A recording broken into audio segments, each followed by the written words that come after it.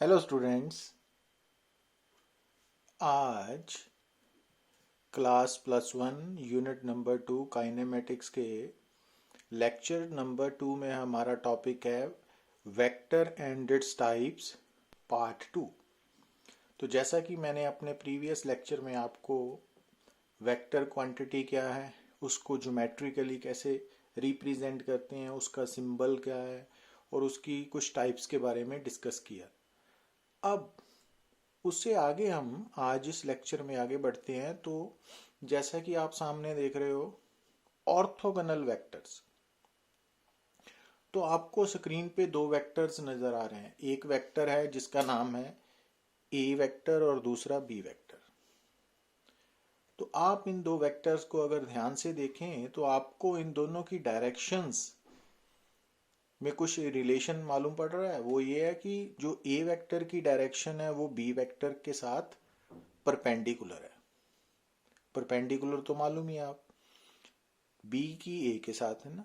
तो अगर दो या दो से ज्यादा वेक्टर्स एक दूसरे के साथ परपेंडिकुलर हो, मींस उनकी डायरेक्शंस एक दूसरे के परपेंडिकुलर हो, तो हम उन वेक्टर्स को ऑर्थोगोनल वेक्टर्स बोलते हैं।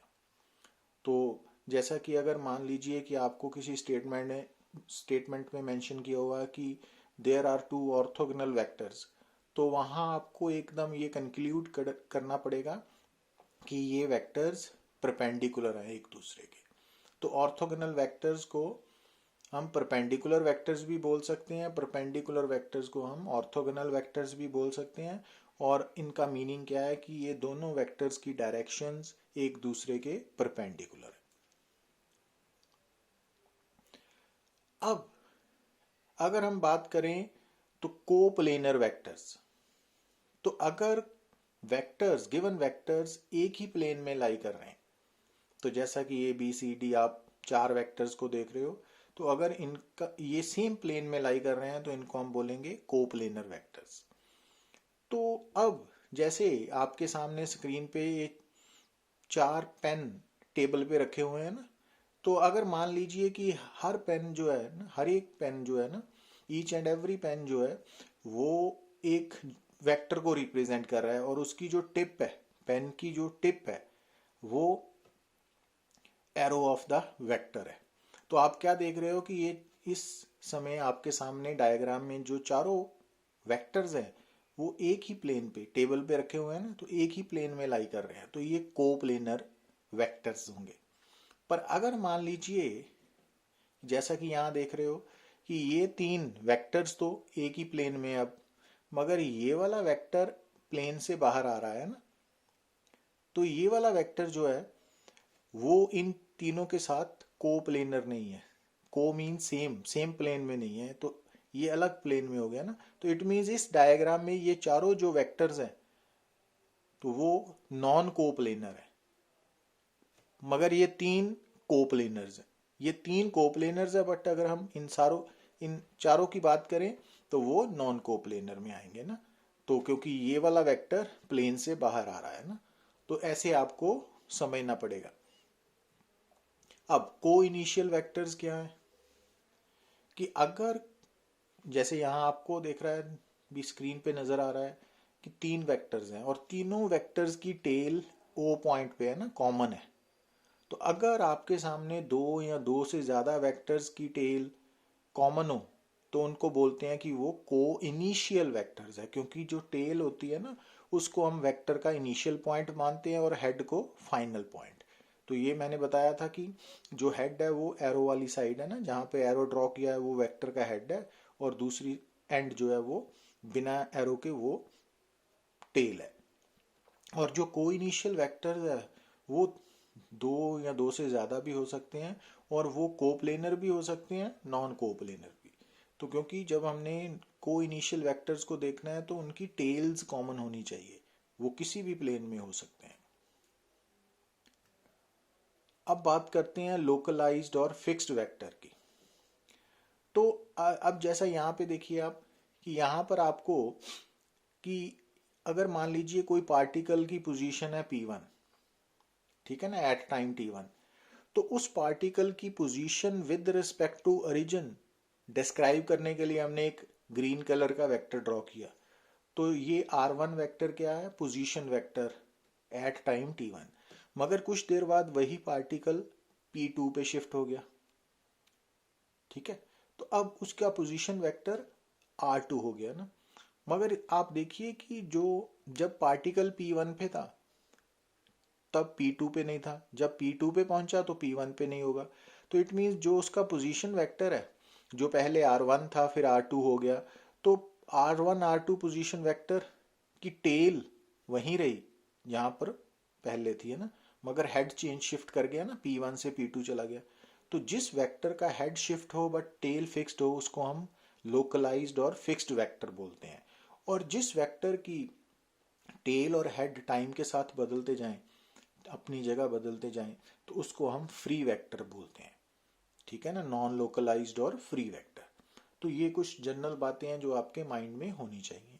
तो अब जैसा कि आपके सामने जीरो और नल वेक्टर, जीरो वेक्टर कि वो वेक्टर जिसका मैग्नीट्यूड जीरो है, तो अगर उसका मैग्नीट्यूड जीरो है तो उसकी जो डायरेक्शन है उसका कोई सिग्निफिकेंस नहीं रह जाता, तो वो उसकी कोई भी डायरेक्शन हो सकती है।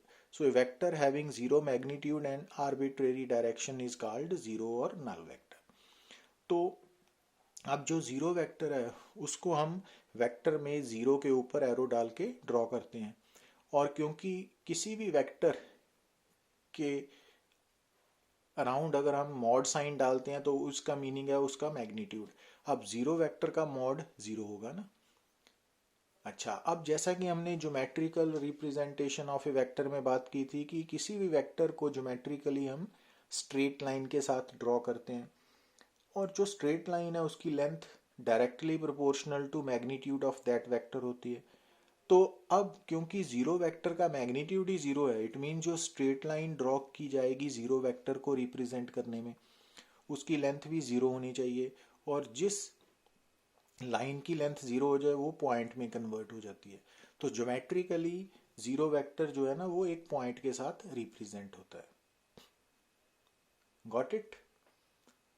तो अच्छा, अब बात ध्यान से देखिए कि आपके सामने ना दो डायरेक्शंस नजर आ रही हैं, आपको आ रही है ना, एक नॉर्थवर्ड डायरेक्शन है एक ईस्टवर्ड डायरेक्शन है, ठीक है ना, नॉर्थवर्ड ईस्टवर्ड। और ये दोनों डायरेक्शंस आपस में कुछ एंगल बना रही हैं। कितना एंगल है ये, तो वो हमें मालूम है 90 डिग्री, ठीक है। तो इट मींस दो डायरेक्शंस के बीच में हमेशा एंगल होगा, ठीक है। और कौन सा एंगल लेते हैं, तो हमेशा जब भी दो डायरेक्शंस के बीच में हम एंगल की बात करते हैं तो नॉर्मली, क्योंकि ये वाला ये भी एंगल ही है एक, ये भी, बट ये लार्जर एंगल है और ये स्मॉलेस्ट एंगल है ना, तो जब हम दो डायरेक्शंस के बीच में एंगल की बात करते हैं तो वो स्मॉलेस्ट एंगल कंसिडर होगा, ठीक है। अब यहां देखिए कि एंगल जो है ना वो डायरेक्शंस को रिप्रेजेंट कर सकता है। जैसे यहां देखिए आप, ये कौन सी डायरेक्शन है, नॉर्थ, नॉर्थवर्ड है ना, और ये कौन सी डायरेक्शन बोली मैंने, ईस्टवर्ड लिखी हुई है ना। पर अगर हम इस डायरेक्शन को, ये वाली जो डायरेक्शन है नॉर्थवर्ड, इसको हम अगर रेफरेंस डायरेक्शन मान लें, तो ये जो ईस्टवर्ड डायरेक्शन है इसको हम क्या लिख सकते हैं कि ये कितना एंगल बन रहा है, 90 डिग्री। तो ये 90 डिग्री एंगल में आप जो एरो देख रहे हो वो क्लॉकवाइज है कि एंटी क्लॉकवाइज, तो क्लॉकवाइज है, ये ऐसे घूम रहा है ना, ये क्लॉकवाइज है, ठीक है। अब ये रेफरेंस डायरेक्शन है और ये वाली जो डायरेक्शन है, इस डायरेक्शन का अपना नाम तो ईस्टवर्ड है, बट इसको हम ऐसे भी बोल सकते हैं कि ये डायरेक्शन कौन सी डायरेक्शन है, जो 90 डिग्री क्लॉकवाइज पर नॉर्थ के साथ है, तो 90 डिग्री क्लॉकवाइज ऑफ नॉर्थवर्ड। तो हम इस ईस्टवर्ड को 90 degree clockwise of east northward भी बोल सकते हैं, ठीक है ना। तो जो दो डायरेक्शंस के बीच में एंगल है तो वो हम किस पर्पस के लिए यूज कर सकते हैं, डायरेक्शन ऑफ किसी एक डायरेक्शन को in terms of other direction represent करने के लिए। अब ये बात आप आगे चल के और क्लियर करोगे। अब ये देखिए आप, अगर हमने ईस्टवर्ड डायरेक्शन को रेफरेंस डायरेक्शन मान लिया, ठीक है ना, तो अब ये जो रेड कलर की कर्व ड्रॉ किया मैंने और ग्रीन कलर का एरो है, तो अगर ये रेफरेंस डायरेक्शन है तो हम नॉर्थवर्ड डायरेक्शन को क्या लिख सकते हैं, 90 degree anti clockwise of eastward. Eastward से 90 डिग्री एंटी क्लॉकवाइज पे या काउंटर क्लॉकवाइज पे जो डायरेक्शन है वो है नॉर्थवर्ड। मींस क्योंकि ये एंटी क्लॉकवाइज होता है ना, काउंटर क्लॉकवाइज। तो इस एग्जाम्पल से आपके माइंड में ये बात बैठनी चाहिए कि दो डिफरेंट डायरेक्शंस जो हैं उनके बीच में जो एंगल है, उस एंगल को हम यूज करते हैं किस पर्पस के लिए, डायरेक्शन, वन पर्टिकुलर डायरेक्शन को रिप्रेजेंट करने के लिए in terms of other direction. कि जैसे ईस्टवर्ड डायरेक्ट, इस डायग्राम के अकॉर्डिंगली अगर नॉर्थ हमारी रेफरेंस डायरेक्शन है तो हम ईस्ट डायरेक्शन को 90 डिग्री क्लॉकवाइज ऑफ नॉर्थ भी बोल सकते हैं। और अगर हमारी ईस्ट रेफरेंस डायरेक्शन है तो हम नॉर्थ डायरेक्शन को 90 degree anti clockwise of east भी बोल सकते हैं। तो आंसर सेम है ना। तो इट मीन्स, क्योंकि ये बात मैं क्यों स्ट्रेस कर रहा हूँ, क्योंकि आगे हम जो बात करने वाले हैं कि जैसा कि हमने पिछले लेक्चर में डिस्कस किया था कि जो वेक्टर्स हैं ना उनके पास डायरेक्शन है, ठीक है। अब जब हम एडिशन ऑफ वेक्टर्स की बात करेंगे, जब हम सब्ट्रैक्शन ऑफ वेक्टर्स की बात करेंगे, तो मिनिमम दो वेक्टर्स इन्वॉल्व होंगे। और अगर दो वेक्टर्स इन्वॉल्व होंगे तो इट मीन्स दो डायरेक्शंस मिनिमम इन्वॉल्व होंगी, है ना। तो अब उनको, जो दो डायरेक्शंस जहां भी आएंगी उनको रिप्रेजेंट करने के लिए हम एंगल यूज कर सकते हैं, जैसा कि हमने इस एग्जांपल में समझा। तो जैसे कि आप सामने स्क्रीन पे देखिए, आपको कितने वेक्टर्स नजर आ रहे हैं, दो। कौन कौन से, एक ए वेक्टर है, दूसरा ग्रीन कलर का बी वेक्टर है। अब इस रिप्रेजेंटेशन में आप गौर कीजिए कि जो दो वेक्टर्स हैं, चाहे ए वेक्टर है चाहे बी वेक्टर है, उन दोनों की टेल्स कॉमन है। तो जब दो वेक्टर्स की टेल्स कॉमन होंगी तो एक साइड पे बड़ा एंगल बनेगा और एक साइड पे छोटा एंगल। तो जो छोटा एंगल बनेगा ना, जब दो वेक्टर्स की टेल्स कॉमन होंगी तो उनके बीच में जो छोटा स्मॉलेस्ट एंगल बनेगा वो एंगल एक्चुअली क्या रिप्रेजेंट करेगा, अभी मैंने बताया, direction of one vector with respect to other vector.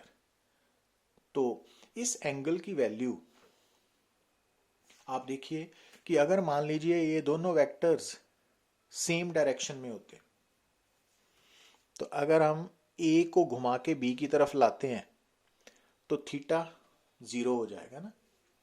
तो इट मींस अगर दो वेक्टर सेम डायरेक्शंस में हो तो उन दोनों के बीच में बनने वाला जो एंगल है थीटा, वो 0 डिग्री या 0 रेडियन होगा। अब दो वेक्टर्स जिनकी डायरेक्शन सेम हो सकती है वो या तो इक्वल वेक्टर्स हो सकते हैं या फिर पैरेलल वेक्टर्स और कोलिनियर वेक्टर्स। तो इट मीन्स आज के बाद अगर हमें स्टेटमेंट में गिवन हो कि दो वेक्टर्स जो हैं वो आपस में वो इक्वल वेक्टर्स हैं या कोलिनियर वेक्टर्स हैं या पैरेलल वेक्टर्स हैं, तो इट मीन्स ये अंडरस्टूड है कि उन दोनों के बीच में बनने वाला एंगल या 0 डिग्री है या 0 रेडियन है। ठीक है ना, ये भूलना नहीं है आपने। अच्छा, अब अगर ये दोनों वेक्टर्स एक दूसरे के परपेंडिकुलर हो, मीन्स ये ए वेक्टर यहां ऐसे आ जाए, तो परपेंडिकुलर मीन्स ये थीटा की वैल्यू 90 डिग्री या π/2 रेडियन में कन्वर्ट हो जाएगी। तो जैसा कि हमने शुरू में बोला कि ऑर्थोगोनल वेक्टर्स जो हैं वो एक दूसरे के परपेंडिकुलर होते हैं, उनकी डायरेक्शंस एक दूसरे के साथ परपेंडिकुलर हैं।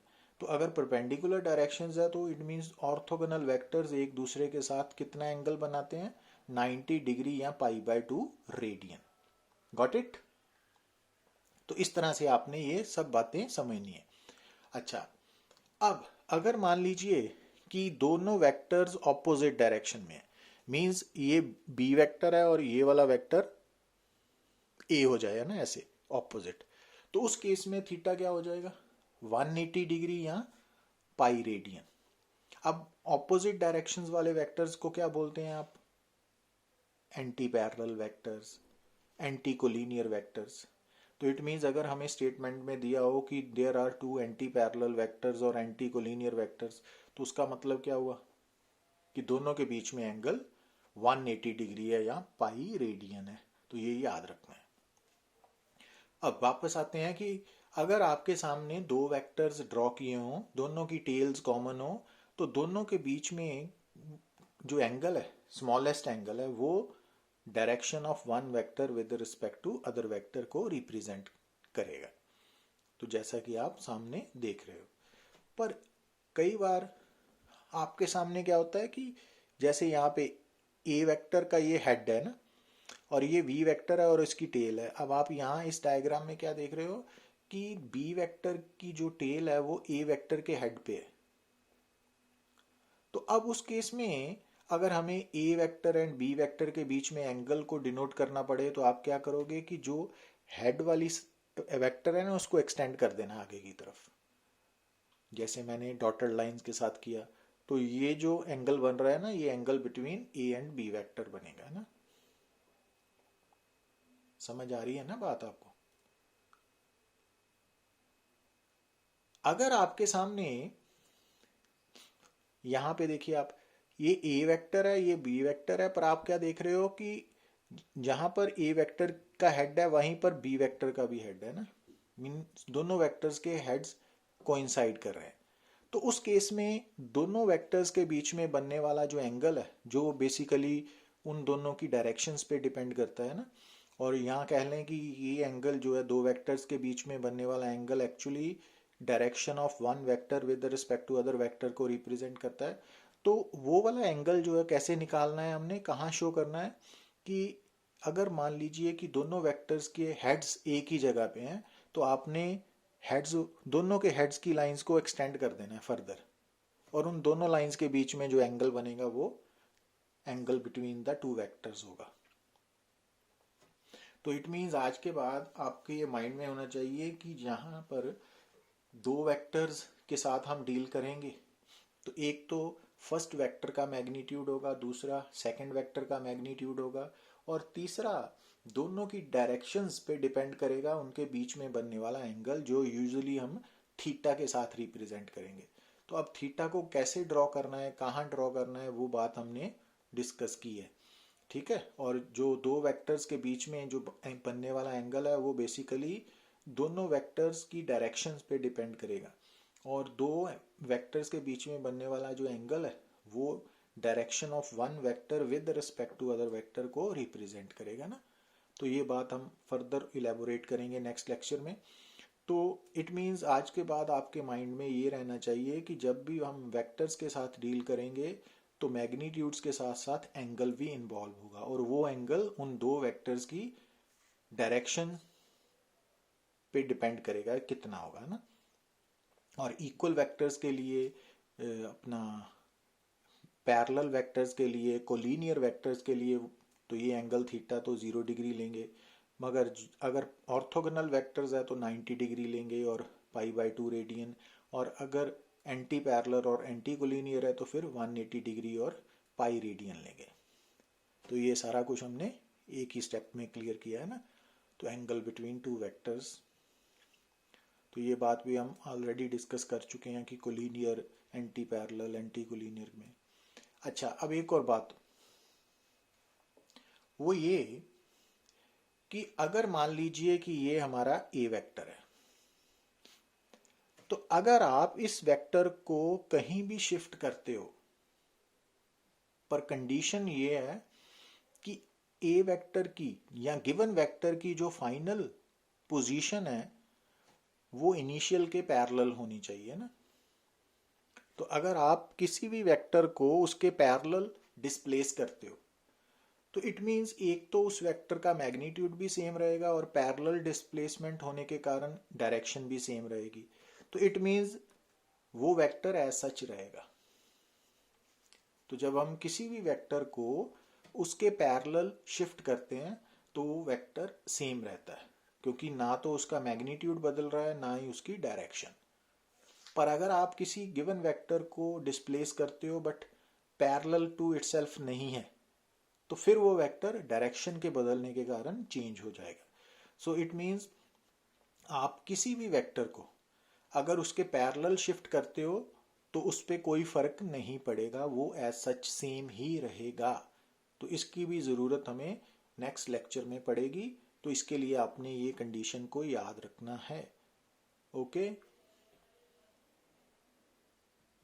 अब जैसे ये देखिए कि ये आपको एक वेक्टर नजर आ रहा है ना, ए वेक्टर है।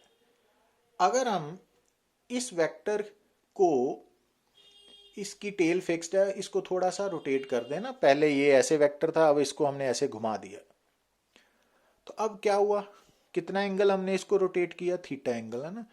अब क्योंकि इस वेक्टर और जब ये वेक्टर यहाँ पे था इनिशियली और अब फाइनली यहाँ पे आ गया, तो इस और इस वेक्टर की लेंथ में कोई फर्क नहीं पड़ा, ठीक है ना। इट मीन्स इस वेक्टर और इस वेक्टर की जो मैग्नीट्यूड है वो तो सेम रहेगा, बट एरो की डायरेक्शन बदल चुकी है ना, क्योंकि ये डायरेक्शन और ये डायरेक्शन डिफरेंट है।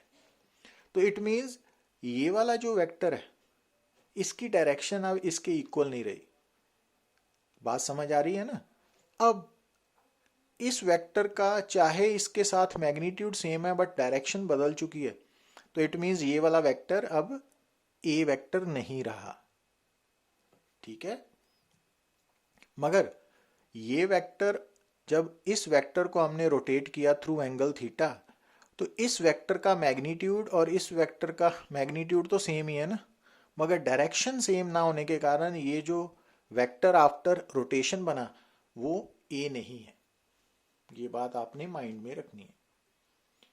तो अगर हम इस वेक्टर की डायरेक्शन को ए कैप कहते हैं, तो इस वेक्टर की डायरेक्शन अब ए कैप नहीं है, क्योंकि ये दोनों की डायरेक्शन बदल, तो इसको अगर बी कैप लिखते हैं तो ये नया वेक्टर बी वेक्टर बन चुका है ना।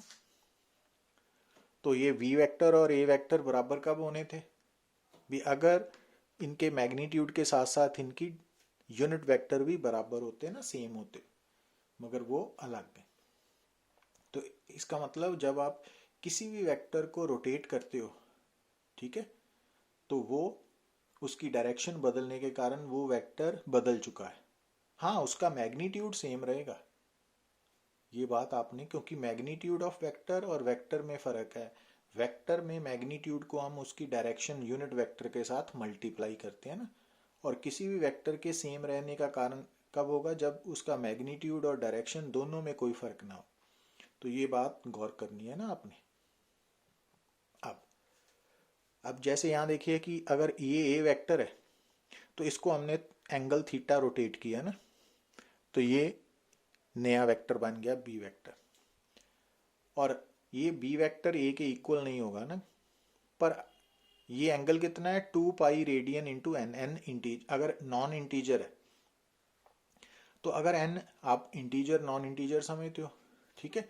तो अगर ये एन की वैल्यू फ्रैक्शन में है तो उस केस में ये वाला जो एंगल है वो 2 पाई इंटू फ्रैक्शन होगा, तो फिर बी और ए की डायरेक्शन डिफरेंट होगी, तो इट मीन्स बी और ए अलग अलग वेक्टर्स हैं। मीन्स अगर हम किसी वेक्टर को थ्रू एंगल थीटा रोटेट करें, ठीक है, और उस थीटा एंगल की वैल्यू 2 पाई एन में एन नॉन इंटीजर हो, तो फिर जो नया वेक्टर आएगा आफ्टर रोटेशन वो पहले से डिफरेंट होगा।